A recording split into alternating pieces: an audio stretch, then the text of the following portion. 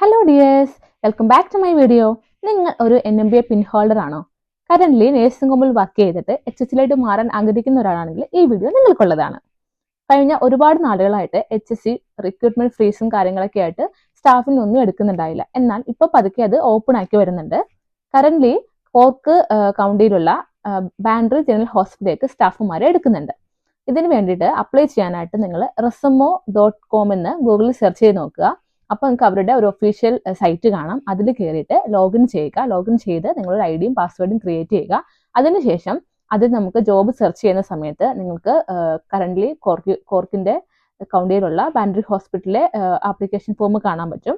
അപ്പോൾ അതിൽ എന്തൊക്കെയാണ് ക്രൈറ്റീരിയ കാര്യങ്ങളൊക്കെ ഉണ്ടാകും. അതെല്ലാം വായിച്ചു നോക്കി താഴെ അപ്ലൈ ഓപ്ഷൻ കൊടുക്കുക. അപ്പോൾ നിങ്ങൾക്ക് അപ്ലൈ ചെയ്യാൻ പറ്റും.